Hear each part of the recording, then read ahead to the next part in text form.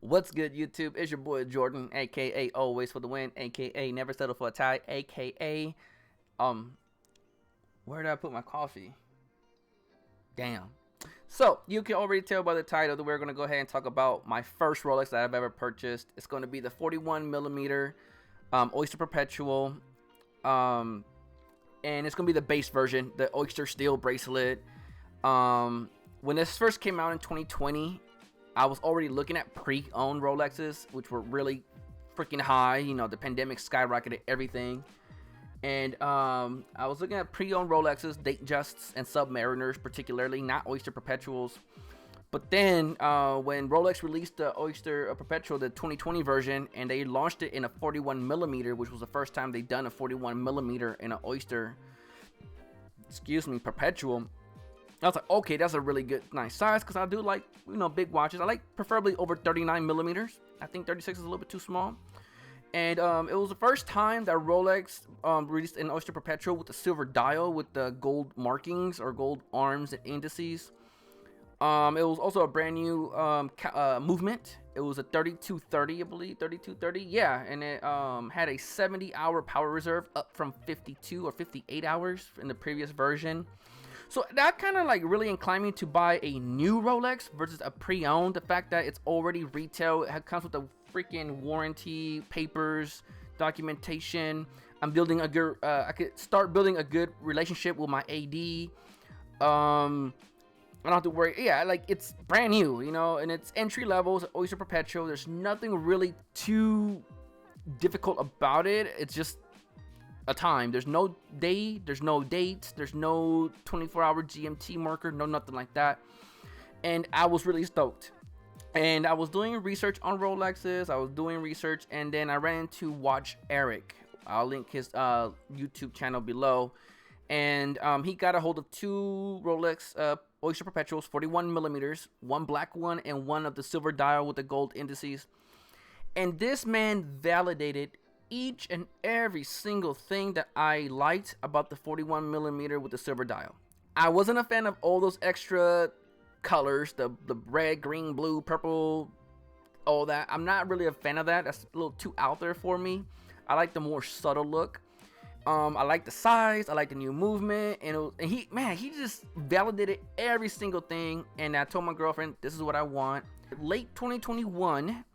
Early 2022, that's when we started putting my name down on dealers. I went to a few, and I finally got to the one in Costa Mesa. Was it Costa Mesa? Yeah, it was. And I was working with Christina. That was January 2022. I put down my name. I only wanted one watch.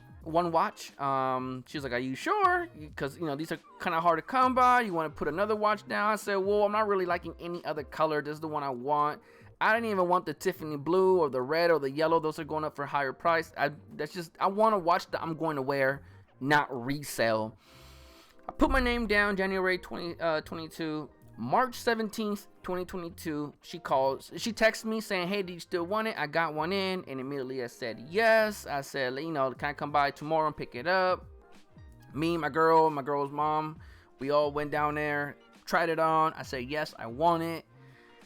Chase declined my purchase. The fraud department called me like twice saying, hey, you know, we noticed that you're trying to purchase, you know, $6,600 here at Costa Mesa. I said, no, this is me. I'm really, yeah, believe it or not, I got them funds. Please, you know, approve it, please.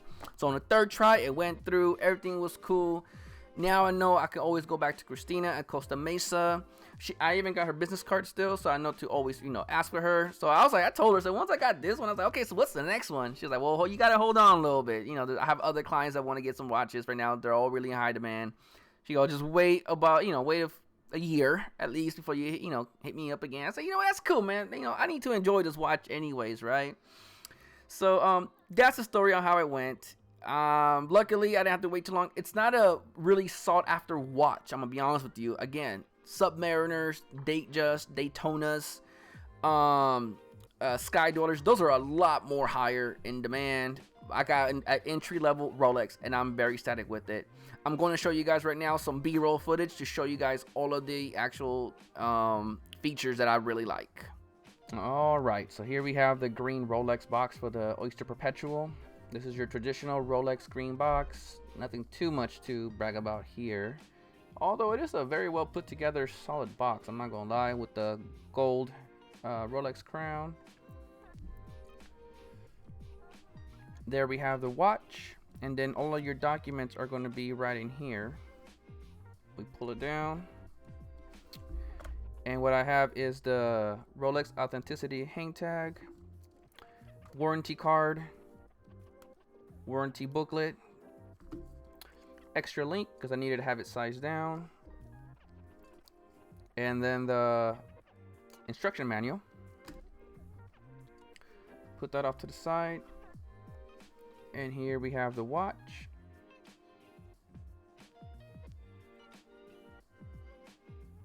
Let's see if I can get it into focus real quick. There you go. I want to focus. Oh, there we go. So there's a silver dial with the gold markings. This is a first for the Oyster Perpetual line.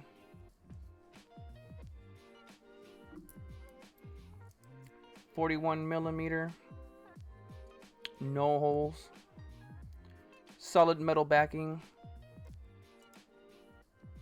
Let me go ahead and put this down. Let me take off my Apple Watch.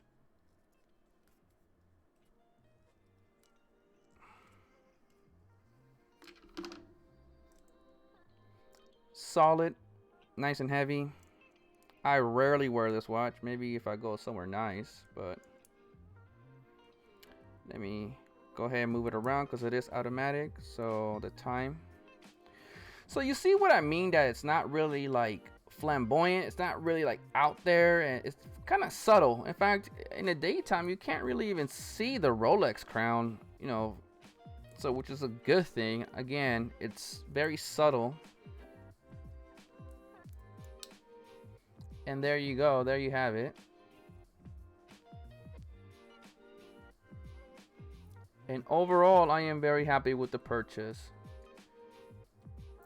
41mm, and I'm a short guy. I'm not sure what my wrist size is. I'm not into all that, but it's snug, it's good. And yeah, that's pretty much it right there. That's just, man, that's class right there. Alright, so now that you've seen the watch, what are my thoughts? My thoughts is that it was a solid purchase. I know that the watch market is starting to cool off and get back to pre-COVID prices. I know that I can wear this watch because I paid $6,600 for it. I know that I can wear it for a couple of years if I wanted to. Let's just say I sell it for $6,600, what I pay for. I effectively wore this watch for free.